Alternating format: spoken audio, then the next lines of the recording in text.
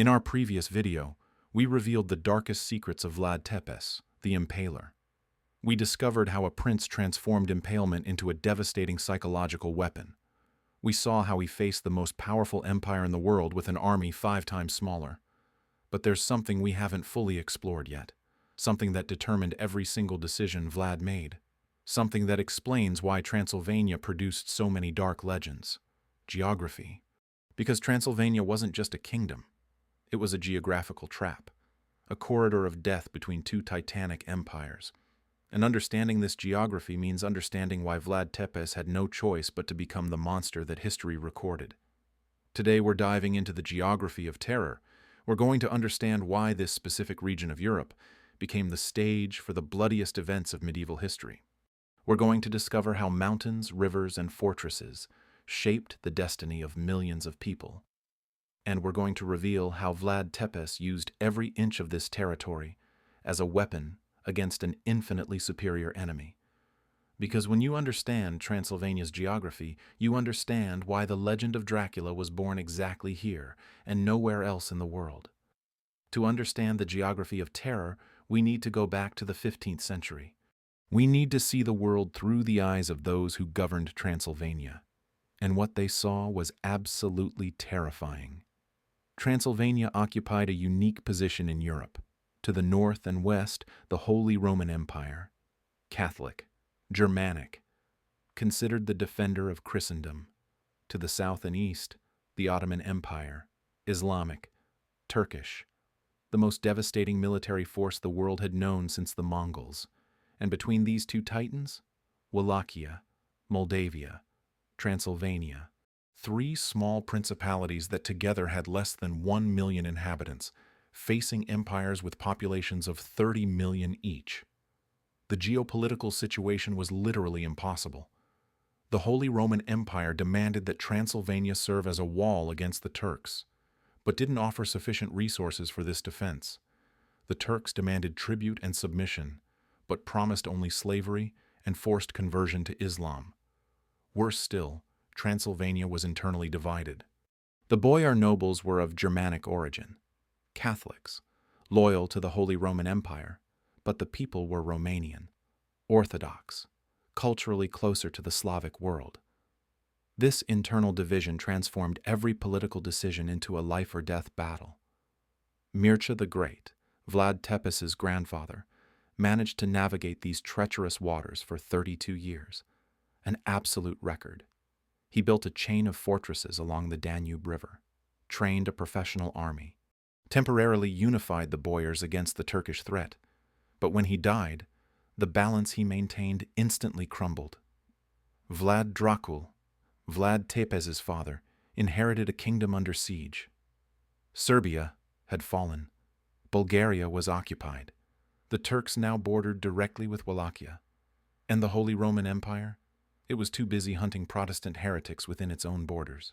John Hunyadi, the Hungarian regent who represented the empire in the region, was more interested in personal power than defending Christendom. He promised support to Vlad Dracula, but left the Wallachian prince to face Turkish army after Turkish army alone. When Dracula finally made temporary peace with the Turks to save his people, Hunyadi accused him of treason. This was the geopolitical trap. Defending Transylvania meant fighting the Turks. But fighting the Turks without empire support was suicide. Accepting Turkish protection meant betraying the empire. But trusting the empire meant being abandoned at the decisive moment. And in the center of this impossible trap, a 13-year-old boy named Vlad, held hostage by the Turks, watching his father being squeezed between forces he couldn't control, learning the most important lesson of his life. In Transylvania, there were no good choices, only less terrible choices. And surviving required being willing to become a monster greater than the monsters around you. Now that we understand the impossible political context, let's look at the geography that shaped every strategy of Vlad Tepes, because Transylvania was, simultaneously, a natural fortress and a deadly trap. The Carpathians, a mountain chain in an arc formation that surrounds Transylvania in almost 360 degrees, mountains that reach 2,500 meters in altitude, covered by dense forests, cut by only 6 main passages. This geography created an impressive natural fortress. An invading army had only 6 practical routes to enter the region, and each of these passages could be fortified, defended by a force much smaller than the invaders. Vlad's grandfather Mircea understood this perfectly. He built fortresses exactly at strategic points. The fortress of Giurgiu controlled the main passage of the Danube. The fortress of Turnu controlled another vital river route. The fortress of Brila protected the Black Sea coast. But the geography that protected also imprisoned, because these same mountains that made invasion difficult also made escape difficult. If an enemy army managed to break through the defenses and enter Transylvania, the civilian population was trapped, without viable escape routes. Vlad Dracula, the father, saw this happen. When the Turks finally broke through Mircea's fortress line, they massacred population after population. There was nowhere to run. The mountains that should protect transformed into prison walls. This was the first geographical lesson that young Vlad Tepes absorbed. The fortresses built by his grandfather were useless if the enemy bypassed them, and the Turks had learned exactly that. They now attacked multiple fortresses simultaneously, forcing the Wallachian prince to divide his forces, guaranteeing that each individual fortress would be crushed. When Vlad Tepes retook the throne in 1456, he faced a crucial strategic choice. His father had lost practically all the fortresses built by Mircea. Rebuilding them would require resources that Wallachia didn't have, and even if they were rebuilt, the Turks already knew how to neutralize them. Vlad made a radical decision. Instead of rebuilding his grandfather's defensive line, he built a single fortress, in the most inaccessible place he could find, on top of a cliff on the Argus River, with only one access road, and a secret tunnel that led directly to the mountains. Castle Dracula wasn't designed to defend all of Wallachia. It was designed to be impregnable, a last refuge from where Vlad could coordinate guerrilla warfare, a symbol that he would never be captured, a warning to the Turks that conquering Wallachia would be just the beginning of their problems. But Vlad's true genius was in understanding the second geographical characteristic of Transylvania: the forests. 80% of the region was covered by dense forests. Oaks, beeches, pines, trees so ancient and large that 3 men couldn't embrace their trunks. And under these trees, perpetual darkness. Even at noon, sunlight barely penetrated the canopy. For a conventional army, these forests were a logistical nightmare. Impossible to maintain formation, impossible to use heavy cavalry, impossible to transport artillery. An army of 100,000 men became as vulnerable as one of 1,000. But for local guerrillas, the forests were paradise. Every tree was a potential hiding place. Every valley was an escape route. Every clearing was a deadly trap for enemies who didn't know the terrain. Vlad trained his army for forest warfare. His men knew every trail, every stream, every cave. They could move silently through the woods, attack by surprise, disappear before the enemy could reorganize. The Turks, accustomed to the open plains of Anatolia, were completely disoriented. Their traditional mass cavalry tactics were useless. Their numerical superiority meant nothing when they couldn't see the enemy. And Vlad exploited this to the limit. He didn't just attack in the forests. He transformed them into weapons. He diverted rivers to create swamps that delayed invading armies. He burned entire forest sections to create fire barriers. He poisoned water sources that the Turks would use. This was the geography of terror, a fortress of mountains that imprisoned invaders, forests that swallowed entire armies, and in the center of everything, an impregnable castle from where a vampiric prince coordinated total war. But we haven't yet revealed Vlad's true geographical weapon, and it was even more devastating than mountains and forests.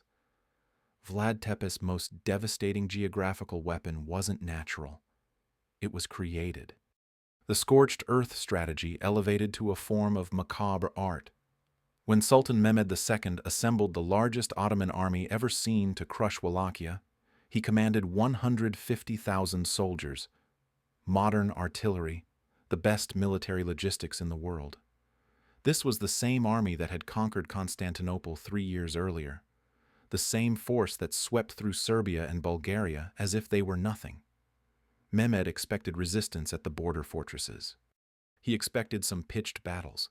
He expected to conquer Wallachia in 6 weeks, return to Constantinople as a hero, add one more Christian kingdom to Islam's list of conquests. What he found was hell on earth. Vlad knew every inch of territory between the Turkish border and his capital, Targoviste, 160 kilometers of forest plain and small villages, and he transformed every inch of that territory into a weapon against the invaders. The first village the Turks encountered was empty, completely abandoned, the houses standing, the streets clean, but no human beings, no animals, no food.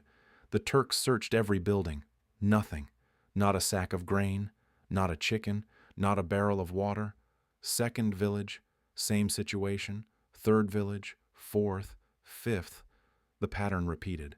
Vlad had evacuated the entire population, taken all the livestock, burned all the harvest, diverted or poisoned every water source.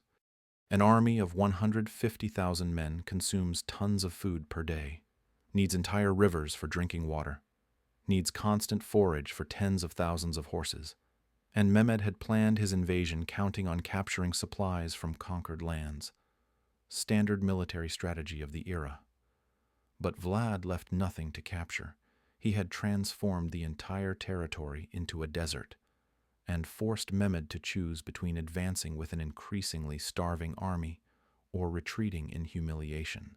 Mehmed advanced, and that was exactly what Vlad wanted, because while the Turks marched through devastated territory, small groups of Wallachian soldiers followed them through the lateral forests, waiting, watching, and every night they attacked. These weren't battles. They were surgical massacres. 10 Wallachian soldiers emerged from the darkness, slaughtered 30 sleeping Turks, disappeared before the alarm was given. 3 kilometers ahead, another group did the same. And another. And another. The Turks couldn't sleep, couldn't forage, couldn't patrol the forest without entire patrols disappearing. And worst of all, they couldn't find Vlad's main army for a decisive battle. Geography made this possible. The dense forests allowed hidden movement. The surrounding mountains created narrow valleys where the enormous Turkish army became compressed and vulnerable. The rivers provided natural barriers that forced the Turks to use specific bridges, which Vlad systematically destroyed. Turkish historian Tursun Beg, who accompanied the invasion, wrote a terrifying account. He described how Turkish morale crumbled day after day, how soldiers began to desert, how officers begged the Sultan to retreat while they still had a functional army. But the final blow was geographical and psychological simultaneously. When the Turks finally reached Targoviste, the Wallachian capital, they found the city abandoned, but not empty. Oh no. The approach road was decorated, with 20,000 impaled bodies. This was the forest of the dead, a row of stakes that extended for 1.5 kilometers. Turks captured in previous battles, methodically impaled, organized by military rank, the highest-ranking officers impaled on the tallest stakes, a deliberate demonstration that Vlad knew exactly whom he had killed. Geography amplified the horror. The road was narrow. It forced the Turkish army to march in column, passing between the rows of the dead. The stench was unbearable. The hot June climate accelerated decomposition, and the wind descending from the mountains carried the smell directly into the invaders' nostrils. Mehmed, the conqueror of Constantinople, the most powerful sultan of the Islamic world, vomited and ordered immediate retreat. Vlad's strategy had worked perfectly. He used geography to transform Turkish numerical advantage into disadvantage. He forced an army of 150,000 men to behave like a group of 10,000 starving and terrorized soldiers. And he proved that in Transylvania, knowledge of terrain was worth more than 15-to-1 numerical superiority. But there was a second level to this strategy, more subtle, more devastating in the long term. Vlad didn't just evacuate the villages. He systematically burned them while retreating. He left no structure standing. He transformed the territory between the border and Targoviste into ashes. Even after the Turks retreated, it would take years to rebuild. Why? because Vlad knew the Turks would return, and next time they would find even more devastated territory, without shelter, without resources, unable to sustain an invading army. This is the difference between tactics and strategy. Tactically, Vlad repelled an invasion. Strategically, he transformed Transylvania's geography into a permanent weapon against future invaders.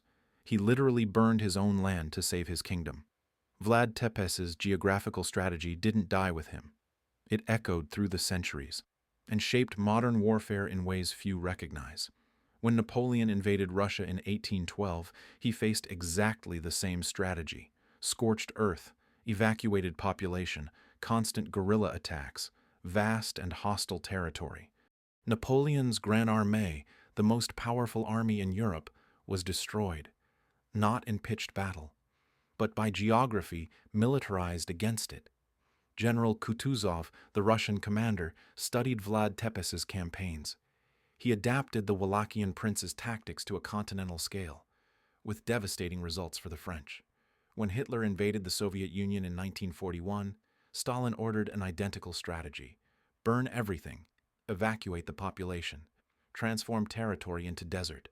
The Wehrmacht, just like Mehmed's Turks, discovered that technological and numerical superiority means little when territory works against you.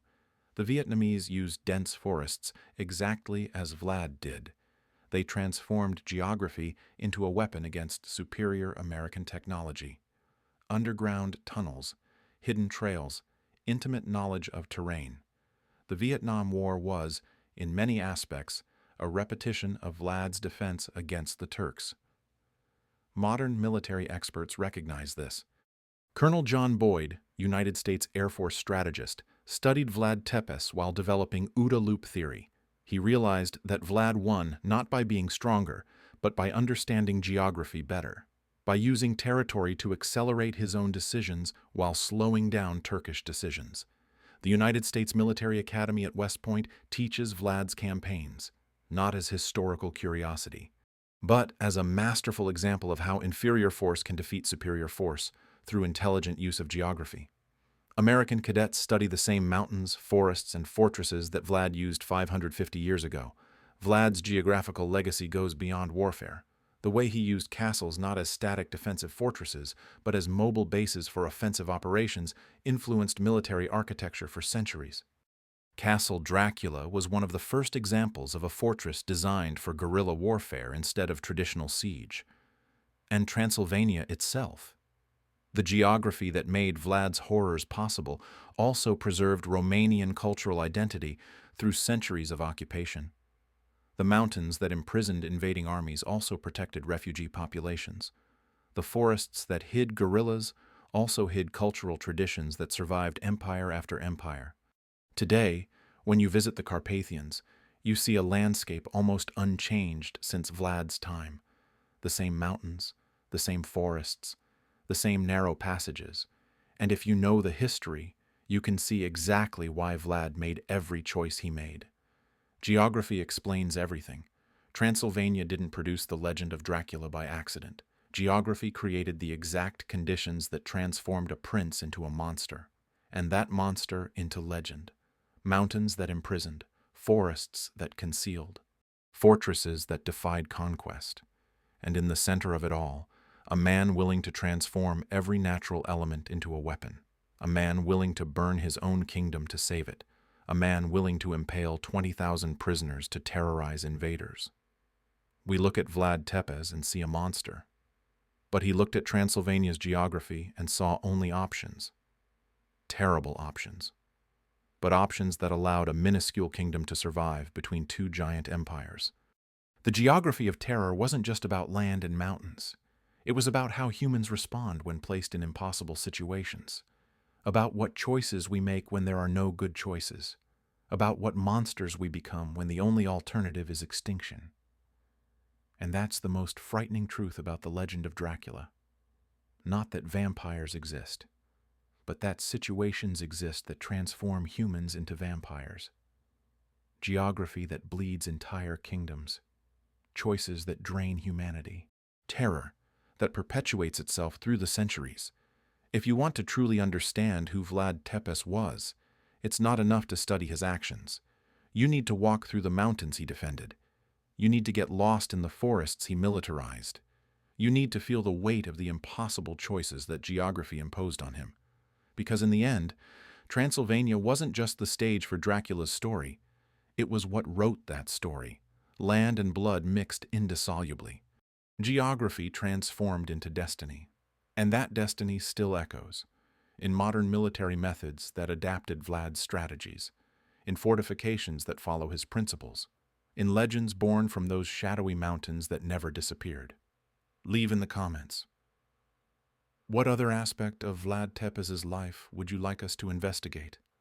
The secret order of the dragon? The specific impalement techniques? The relationship with the boyars? We have many more historical secrets to reveal. If this dive into the geography of terror fascinated you, subscribe to the channel. Turn on notifications, because we'll continue unraveling the darkest mysteries of medieval history. Truths that were buried, secrets that were forgotten. Legends born from real events far more terrifying than any fiction. Until the next revelation.